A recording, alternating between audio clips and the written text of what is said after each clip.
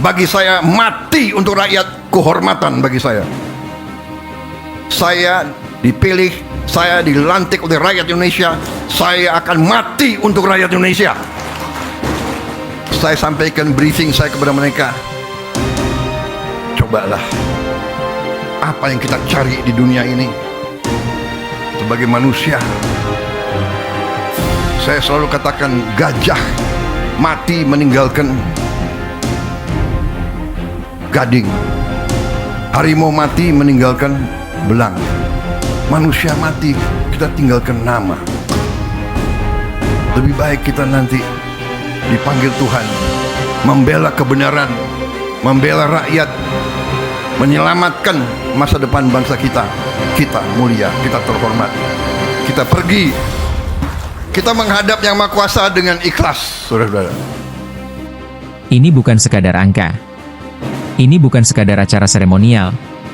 Ini adalah momen di mana kekayaan negara, yang seharusnya menjadi milik rakyat, akhirnya diserahkan kembali ke negara. Tapi pertanyaannya, apakah ini kemenangan nyata, atau sekadar pamer tumpukan uang, tanpa perubahan yang sesungguhnya? Gedung Bundar Kejaksaan Agung tanpa tumpukan uang mencapai Rp6,625 triliun, bukan pinjaman bank, bukan sekadar simbol, tapi hasil penyelamatan keuangan negara dari kasus korupsi, denda administratif, dan pelanggaran kawasan hutan. Uang ini diserahkan langsung oleh Jaksa Agung ST Burhanuddin ke Menteri Keuangan Purbaya Yudi Sadewa. Bukti kerja keras penegak hukum. Tapi, apakah angka ini cukup? Tapi kita jangan lupa, kerugian negara karena korupsi selama ini bisa mencapai ratusan triliun. Bahkan ada yang mencatat lebih dari 300 triliun rupiah. Kenapa pemerintah masih kalah besar dibanding perampok negara? Presiden Prabowo Subianto muncul di acara itu. Ia menegaskan, ini bukan sekadar uang yang kembali, tetapi komitmen pemerintah untuk hentikan kebocoran kekayaan negara sampai titik darah penghabisan. Prabowo bahkan bilang, ini baru ujung dari kerugian bangsa, bahwa jika kita hitung, mungkin ratusan triliun. Itu belum lagi dampaknya terhadap pendidikan, kesehatan, infrastruktur. Ini soal janji pada rakyat. Kalau ratusan triliun hilang, dan baru dikembalikan sebagian kecil, apa artinya itu?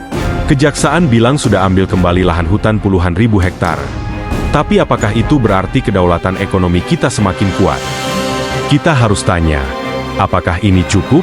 Apakah penegakan hukum ini berkelanjutan? Atau sebatas momen tahunan untuk pamer angka? Ayo kita pikirkan ini bersama. Jangan cuma senang lihat angka besar. Kita mau negara ini kuat, bukan cuma kuat di headline, tapi kuat di realita kehidupan rakyat. Apakah 6,6 triliun rupiah ini cukup untuk rakyat? Karena rakyat berhak mendapat pertanggungjawaban yang sesungguhnya.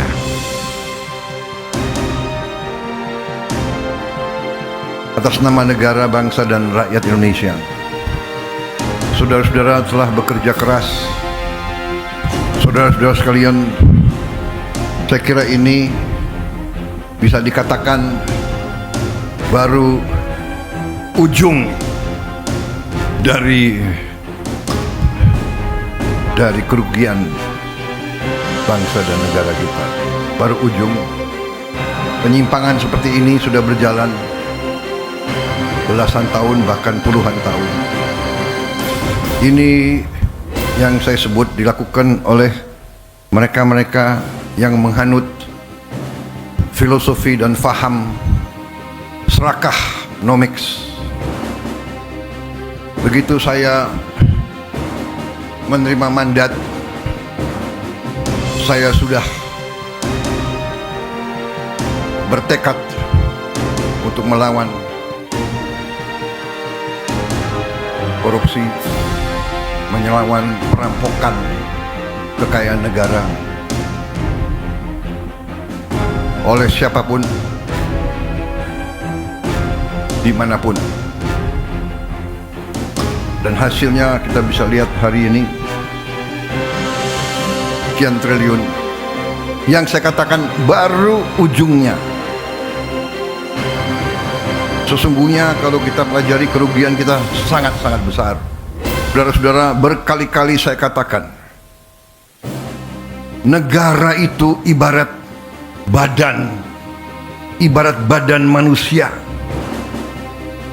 kekayaan, uang dan segala kekayaan itu ibarat darah.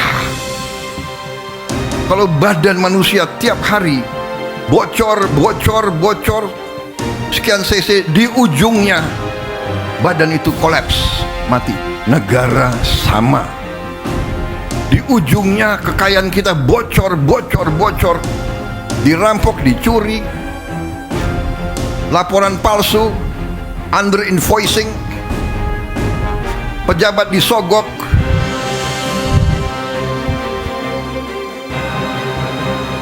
nyelundup keluar, nyelundup ke dalam.